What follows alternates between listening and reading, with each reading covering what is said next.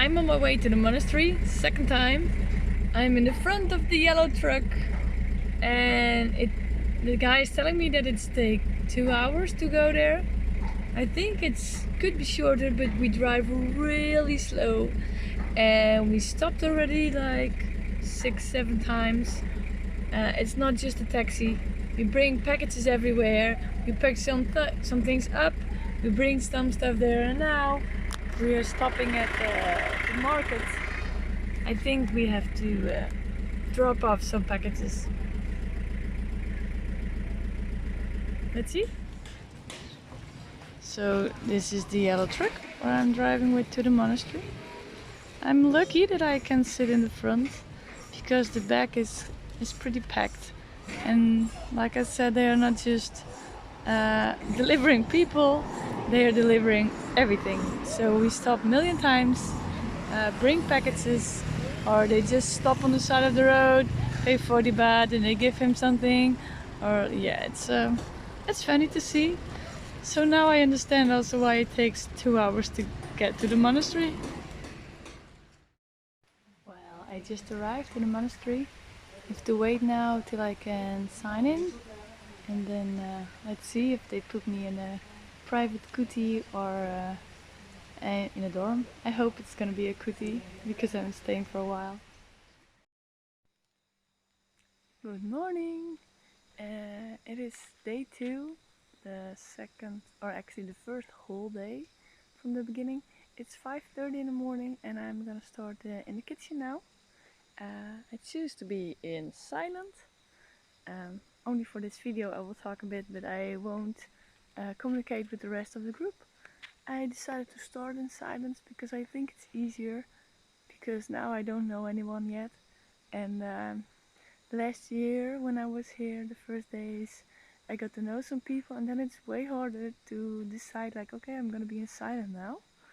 So I decided to go first in silent, and I do it till whenever I want.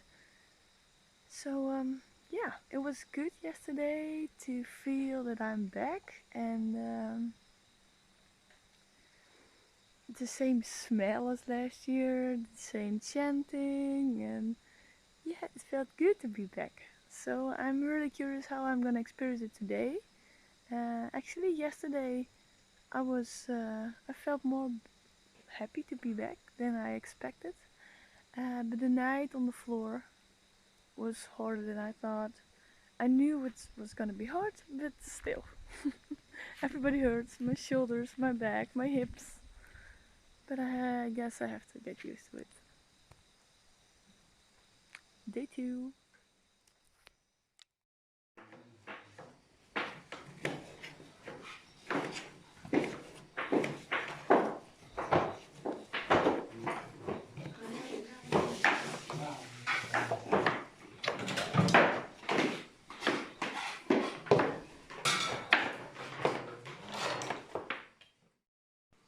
Good morning, it's day 4.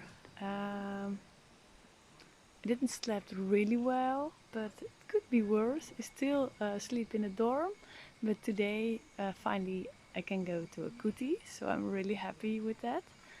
I'm not in silence anymore, and that was actually a good thing to learn about myself. After day 2 I thought like, why am I still am I in silence? And in daytime it felt good, but in the evening I didn't feel it anymore. And I realized I just do it because I want to prove myself. And when I realized that, I thought, no, that's not a good intention.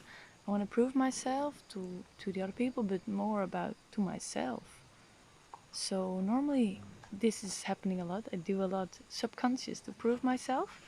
And now I do it different. I thought, okay, I let go. I don't have to prove myself. And I stop being in silence, and I can start anytime, whenever I want. So that was a good lesson for myself. And so I enjoyed yesterday to talk with people. But I also feel really tired. So a friend here advised me to maybe lay down a bit more between the meditations. And yeah, so I will feel how it goes today, and if I don't feel to talk anymore, I just go back inside and let's go for day 4.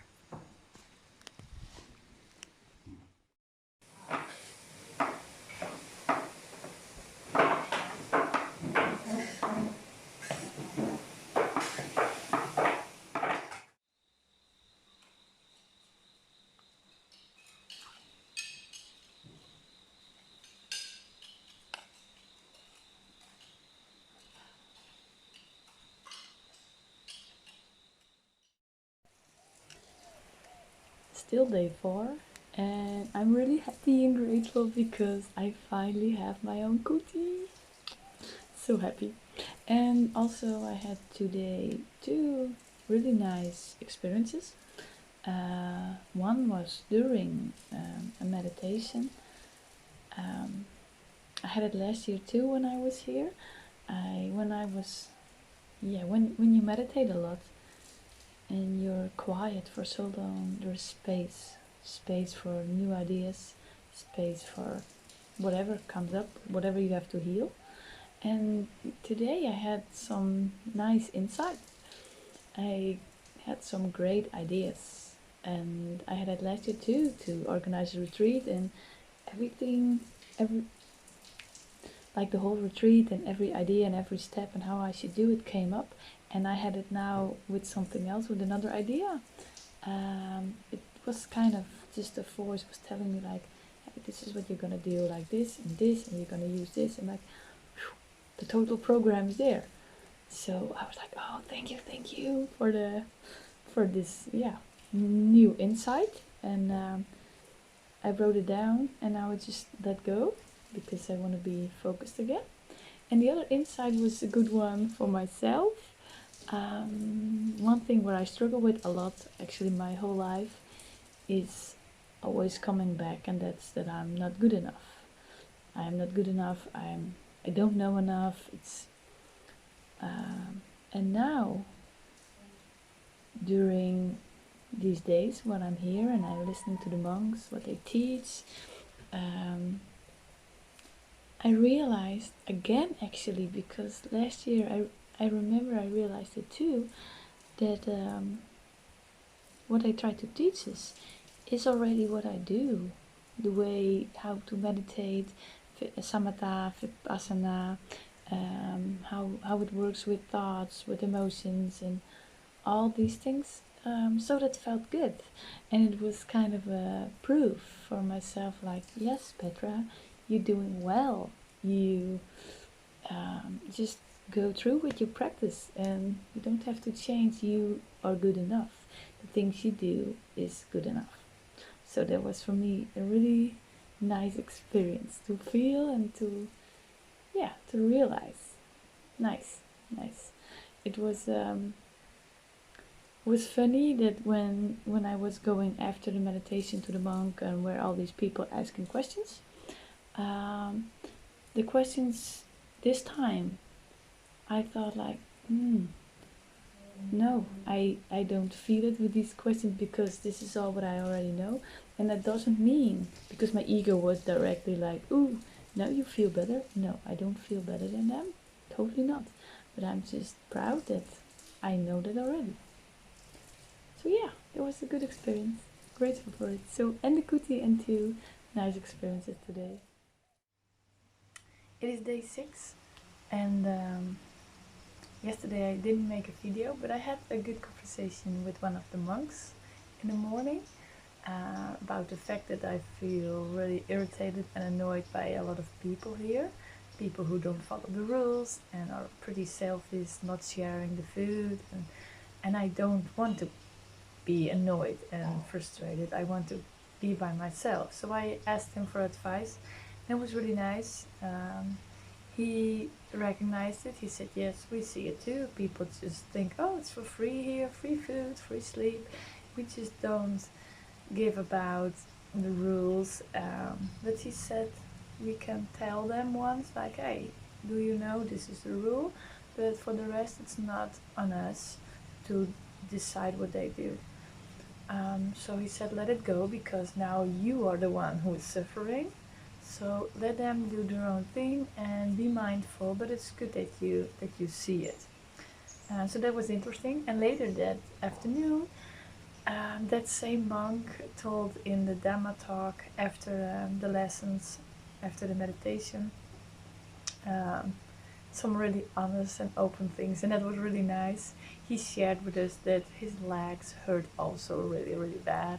He said every 20 minutes, I think, where's my leg? I need a new leg because so much pain, so much pain.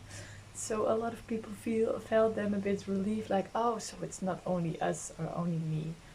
And he also told us about why are some rules here in the monastery. And for example, he said, well, some of you are husband and wife, and are boyfriend and girlfriend, but he said it's not allowed to walk hand in hand, kiss each other or be close. He said that's also just a bit respect to the monks, because he said, if I see that, I want to have that again too. I want to go back. And he said, I'm really happy to be here. So it's just to have respect for them too, and don't challenge them. And yeah, it's nice to at least be just respectful and listen to the rules and listen to them. Because he said, you just stay here for free, you have free food, you have free clothes, you have a free stay, you don't have to do anything.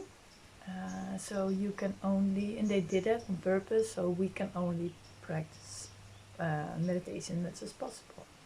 So that was really nice conversation with the monk. Another thing yesterday, what I found a really nice lesson for myself during the walking meditation, is that I was working so hard during the walking meditation to put my attention on my body time after time, and when I left in thoughts, I had to go back to my body and not to lose myself in the thoughts and in the story. But what happened was the opposite.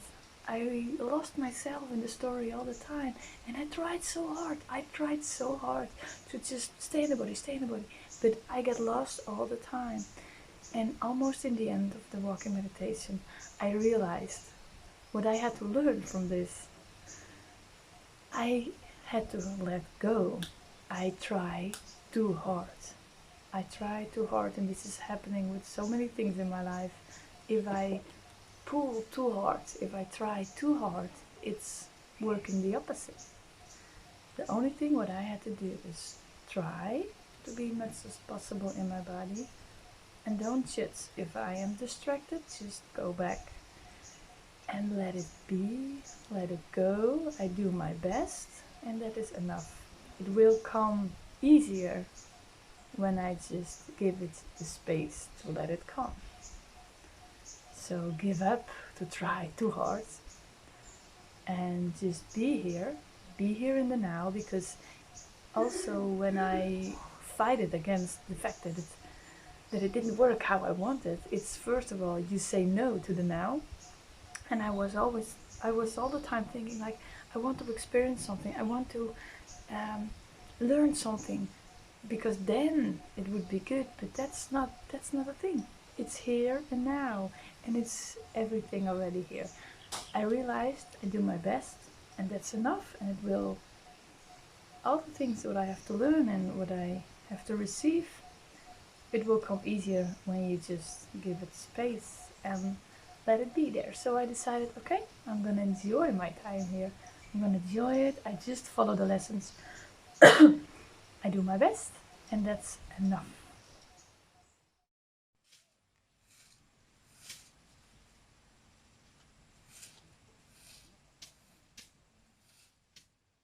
And later with the food, it was kind of same situation. I don't know if I told you before in the video that I got a bit annoyed with the people who don't share with the food. You're with so many people, so if there's something where there's not a lot from, just take one or two and think about the other people who are there too. And this was extreme when in the end we got cookies, and there was one person who got a plate full of cookies.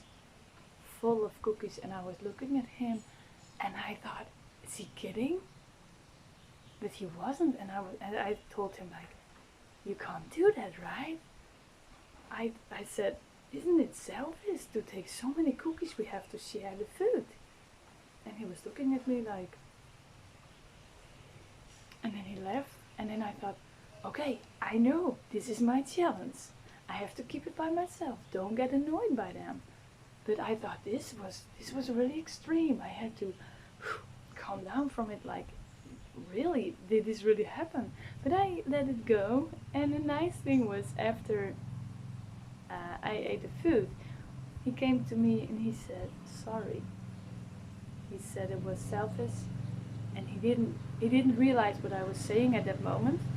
There happened a lot with him this morning, and everybody was blaming him for several things, and this was just the drop. It was enough. And then also he was, I think, annoyed by all the people who were blaming him, and just like, okay, I'm just gonna eat the cookies, I don't care anymore. And then I came also to blame him, like, that you can't do that. And then when he got back, he realized what he was doing, and he decided to share the cookies with all the people around him. And yeah, this was nice, because we had a nice conversation after that, and we both learned a lot from the situation, because I also told him that I was actually happy that he did this to learn me, to teach me my own lessons. So yeah, it was funny.